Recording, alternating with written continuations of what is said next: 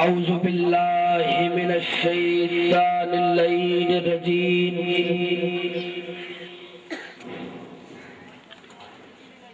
بسم اللہ الرحمن الرحیم الحمدللہ الذی ہدانا لہذا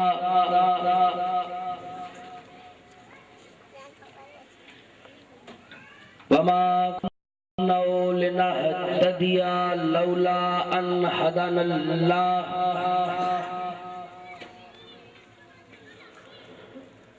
لقد جاءت رسل ربنا بالحق الصلاة والسلام والتحية والإكرام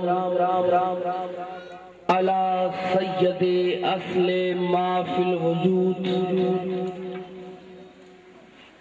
صلی اللہ فی کل موجود نقطۃ دائرۃ الوجود صاحب اللواء الحمد والمقام المحمود مولانا و مولا الثقلین جد الحسن والحسین ابی القاسم محمد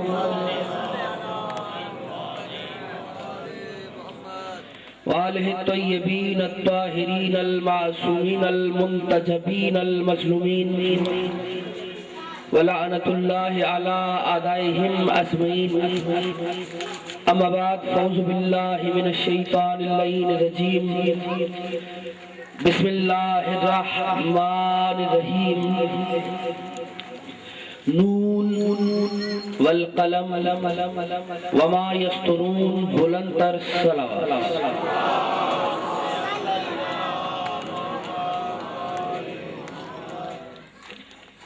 ہر شخص محمد و اہل بیت محمد کے احسانات کا دائمی مقروض ہے.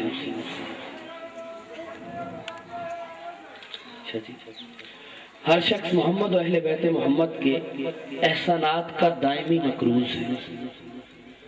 جس جس تختی دل پر ان کے احسانات کا ایک بھی نقش باقی ہے اسے یاد کر کے بلند آواز سے درود پڑھ لیجیے.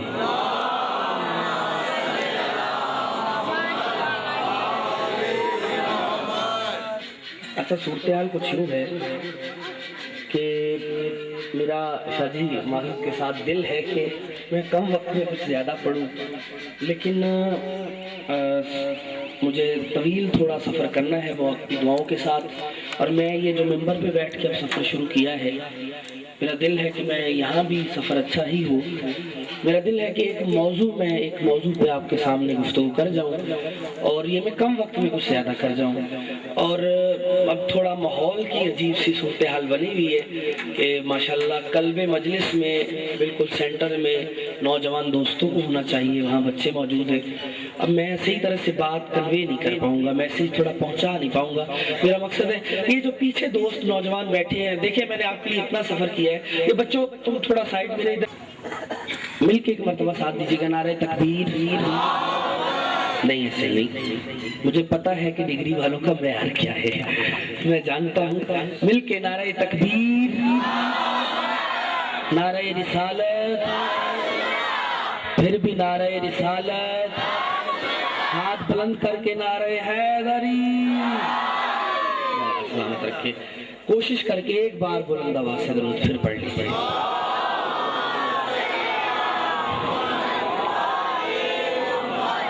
میں کوئی طویل زحمت نہیں ہے, بس میرا دل ہے کہ انتہائی لطیف اور اہم موضوع ہے وہ آپ تک پہنچا جاؤں. یاد رکھیے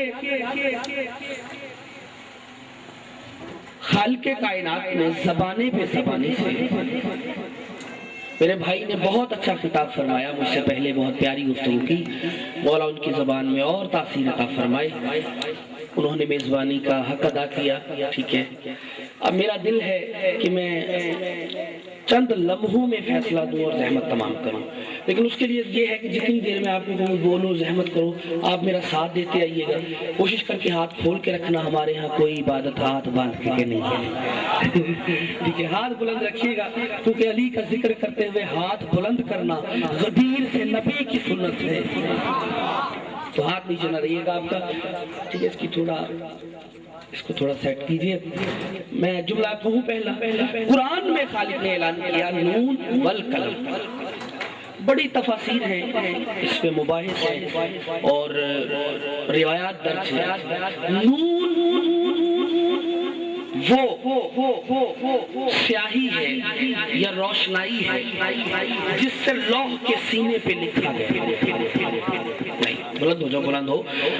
نون کیا ہے؟ وہ سیاہی ہے جس سے لوح کے سینے پر تحریر کو لکھا گیا، اور قلم وہ کلم الہی ہے جس سے خالق کائنات نے لوح کے سینے پر آدم سے لے کر قیامت تک آنے والے لوگوں کی تقدیریں بھی لکھی، تصویریں بھی لکھی۔ بولنا زحمت کرنا، تمہارا تمہیں سلامت رکھے۔ تقدیریں بھی لکھی، تصویریں بھی لکھی، ماشاءاللہ انتہائی شاداب سے لوگ روشن چہرے میرے سامنے تشریف فرما ہے۔ اس جملے کی قدر ہوگی، میں کم وقت میں زیادہ پڑھنا چاہ رہا ہوں، وہ ساتھ دیجئے گا۔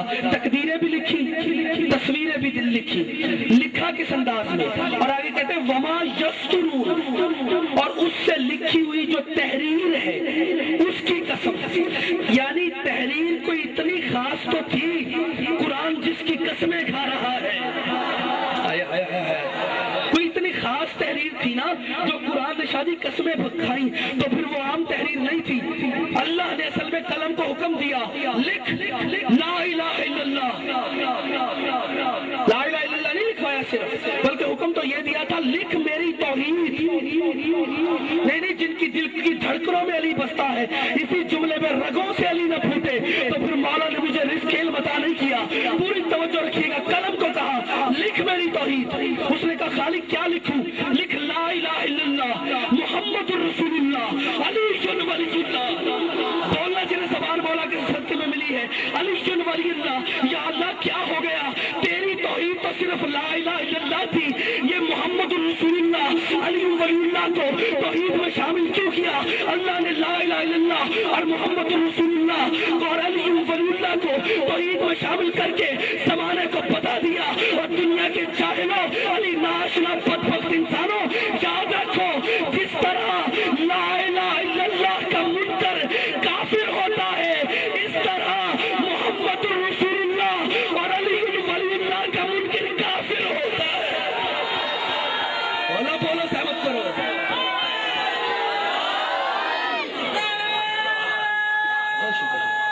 بہت شکریہ،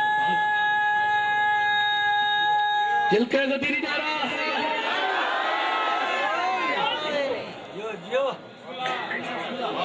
دیکھیے گا سفر لمحوں میں طے کرنا، میرے پاس وقت کم ہے، مولا سلامت رکھے۔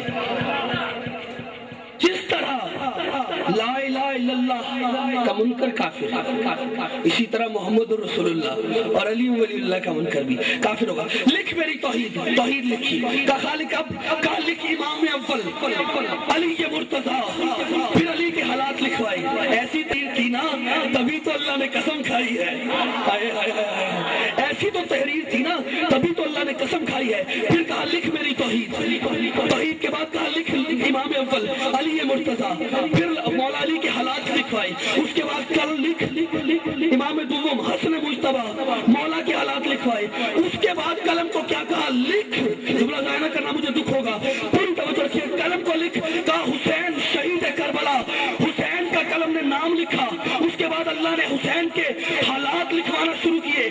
ایک ایسا مقام آیا قلم لکھتے لکھتے تڑپا، اور تڑپ کے قلم نے کیا کیا، روایت کے جملے ہیں فجر القلم باللعن علی قاتلہ بغیر اذن ربی، ادھر حسین کے دشمنوں نے حسین پہ جو ظلم کیے تھے وہ قلم نے سن کے لکھنا تھا، یا اللہ کے حکم کے بغیر ہی قلم نے حسین کے قاتلوں پہ لعنت لکھ ڈالی۔ علی نے بیدار کر دے میرے مولا، حسین کے قاتلوں پر لعنت لکھ ڈالی،